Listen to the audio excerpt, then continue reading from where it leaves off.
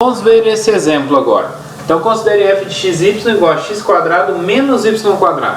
Tá? Queremos então encontrar quem são os candidatos a pontos de máximo e mínimo, ou seja, os candidatos a extremantes. Para isso eu preciso verificar quem são os pontos críticos. Aqui de novo, aqui eu tenho uma função que é um polinômio, então definido em todo o R2, e R2 é um conjunto aberto, então não preciso me preocupar se o ponto está no interior do conjunto ou não. Tá? Então pontos críticos são aqueles cujo gradiente da função é zero. Mas quem é o gradiente da função aqui? Derivada com relação a x, 2x. Derivada com relação a y, menos 2y. Igual a 0, 0. Então quando que isso aqui zera? Também isso aqui só vai ser zero se o x for igual a y, que é igual a 0. Então 0, 0 é o único ponto crítico. Então 0, 0 é o único ponto crítico de f.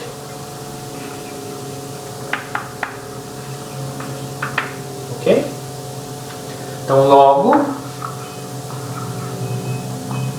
o 0, 0 é o único candidato a extremante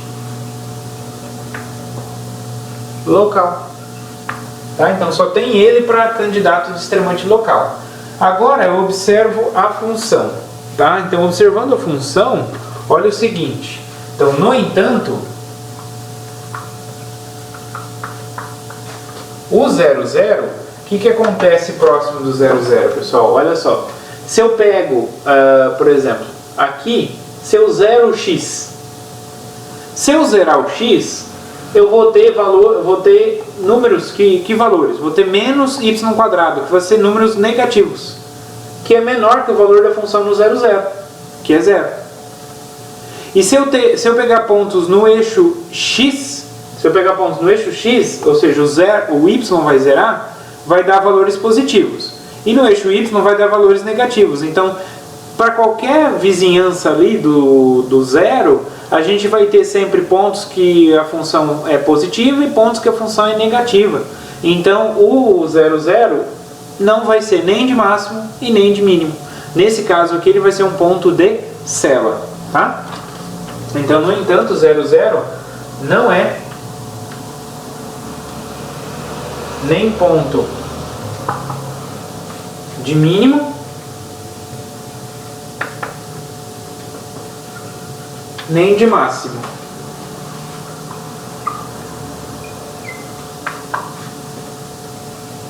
Pois, se eu pego a função no eixo y, eu vou obter menos y², que é menor ou igual a 0, que é o valor da minha função, f no 0, 0. Que é menor ou igual a x², que é o valor da minha função no eixo x. Então, ou seja, qualquer vizinhança da origem, qualquer vizinhança do 0, 0 vai ter pontos do eixo y e vai ter pontos do eixo x. Os pontos do eixo y vão ser negativos e os pontos do eixo x vão ser positivos. Então sempre vai ter pontos que são maiores do que o valor da função no ponto e outros que são menores. Tá? Então isso significa que a função não é nem, esse valor não é nem o valor máximo nem o valor mínimo local. Tá certo? Isso aqui valendo para todo xy em R2. Tá? Então, neste caso, o 0, 0 é dito ponto de cela. Tá? Então, esse é um ponto de cela. Por quê? Tem tanto pontos que estão maiores ou pontos que são menores. Bom, por que o nome cela, né? A gente já viu algo parecido com isso quando tratou de gráficos de funções, né? Qual é o gráfico dessa função, pessoal? Se a gente for desenhar, vai ser uma coisa dessa forma.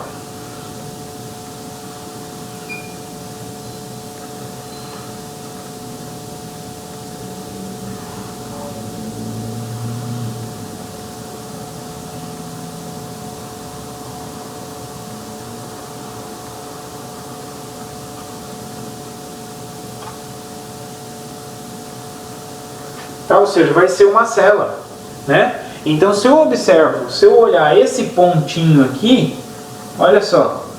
Então, esse pontinho aqui, ele tem tanto pontos, se eu cortar aqui, ó, por planos paralelos ao eixo XY, aqui, se eu cortar com valores acima, vai ter pontos. Se eu cortar abaixo, vai ter pontos. E sempre próximos ali do 0, 0. Então, sempre aqui em volta, sempre vai ter pontos abaixo, né, do gráfico, e pontos acima, que pertencem ao gráfico. Tá? Então, por isso que vem o nome de cela, e por isso que ele não é nem máximo nem mínimo.